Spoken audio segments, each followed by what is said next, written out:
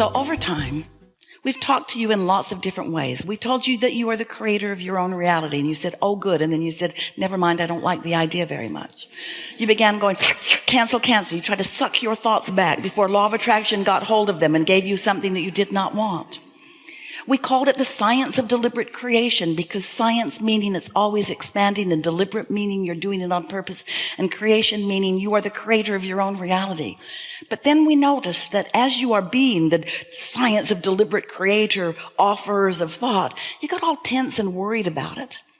And then we began to call it the art of allowing.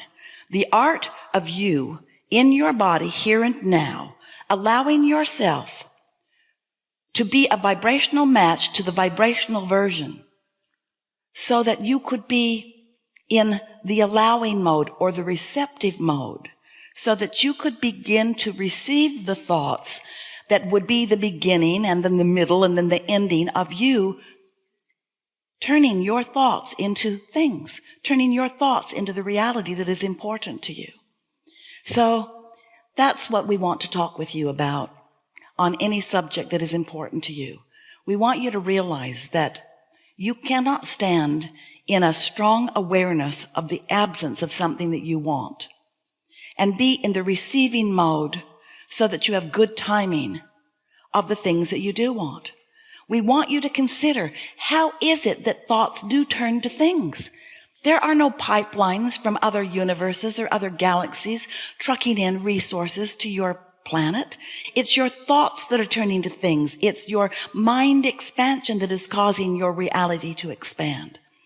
So we want you to leave this gathering knowing for sure that you create your own reality, that law of attraction abounds, that it is always fair, that you can tell by the way you feel what you're doing in terms of your vibrational output, that you can feel whether you've closed the gap between you where you stand in your body and all that you've created, or whether you are in the receiving mode, so that what's in this vortex, where all of the cooperative components of all of the things that you've been asking for have been gathered, where this vortex can be received by you and translated by you into the life experience, the relationships, the material objects, all of the things that you want, because life is supposed to feel good to you.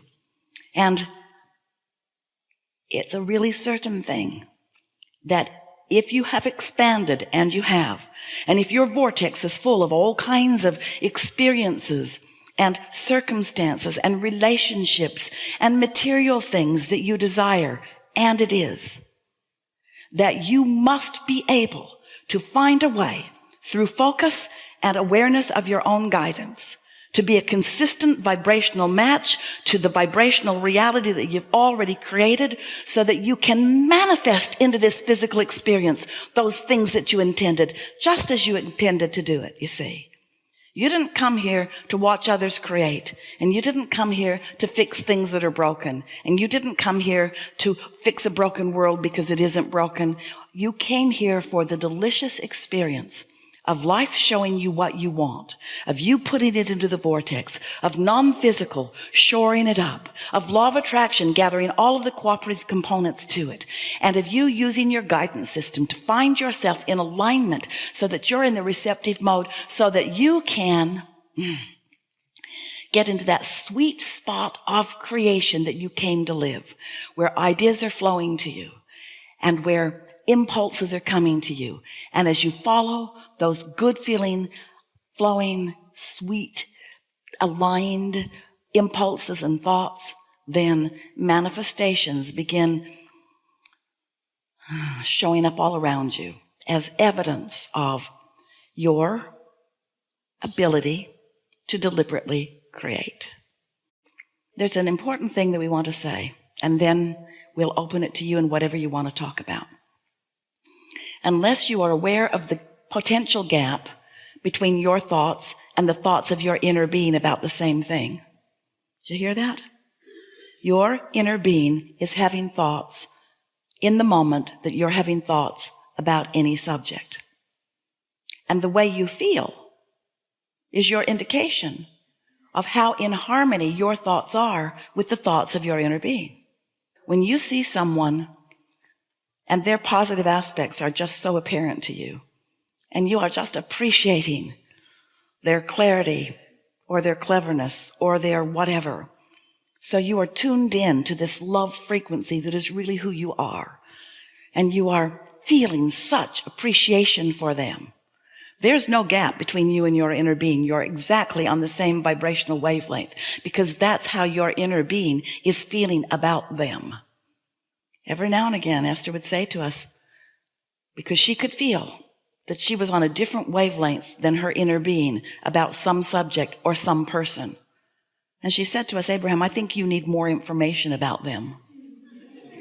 You couldn't possibly feel the way you seem to feel about them if you knew what I know. In fact, I think I'd like to tell you what I know, and I think you should join me. Because clearly it's a separation between us that is making me feel bad. So get real and come over here and face reality with me. And we say, we don't want you to face reality. We want you to create reality. And we're not ever coming over there with you. Not ever. Get used to it. We're not ever coming over there. There's been too much evolution into the pure positive energy that we are. We're not going to join you in your pushing against. And that's such a good advantage to you, because since your inner being will never join you in your pushing against, you can always know where your inner being stands. And you always know, if you care about how you feel, how to close that gap, how to come into your power, how to come into the leverage of the energy that creates worlds, how to hook up with that energy that does create worlds, how to be the creator of your own environment, you see. So now, you know everything we know. We're eager to talk with you about whatever you want to talk about. There is nothing off limits. You will notice a nice unfolding, because it's clear in your vibrational beingness who you are and what you're about and what it is you're reaching for. And so it is our promise, our absolute knowing, that you're going to get what you came for. Don't panic if we don't call on you right away or ever, because we will talk about what's on your mind. So, what do you want? What now? We're going to have a really good day. How you doing today, Abraham? Really well. You good? Are you perfect? So I had a couple of questions.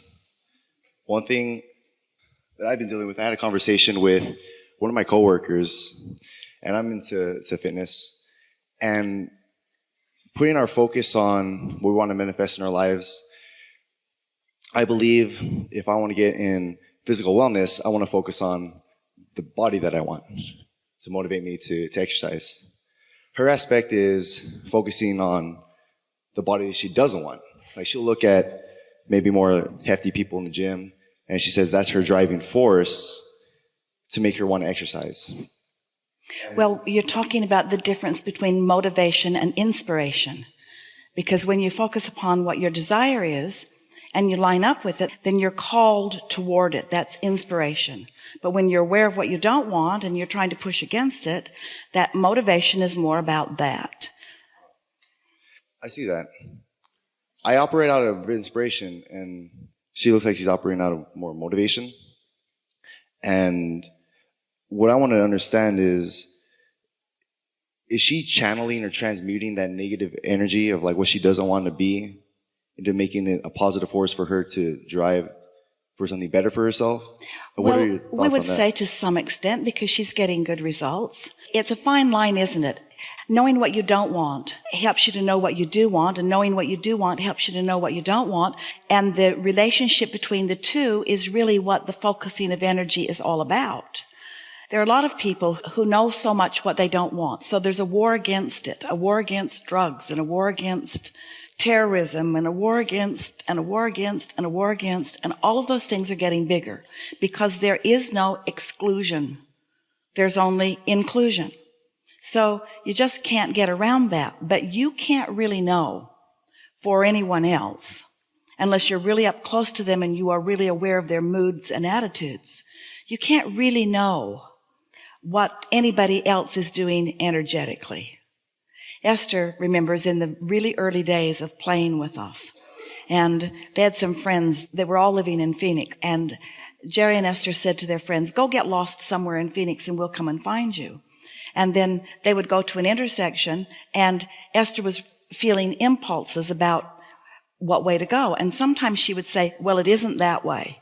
So they would turn that way. Well, it's really not too important whether the knowing that you don't want that is what helps you to know that you do want that. But once you've become aware of what it is you do want, you are far better off to line up with what you want and why you want it. That's the way you tap into the true powerful energy. Yeah. So what are you getting at here?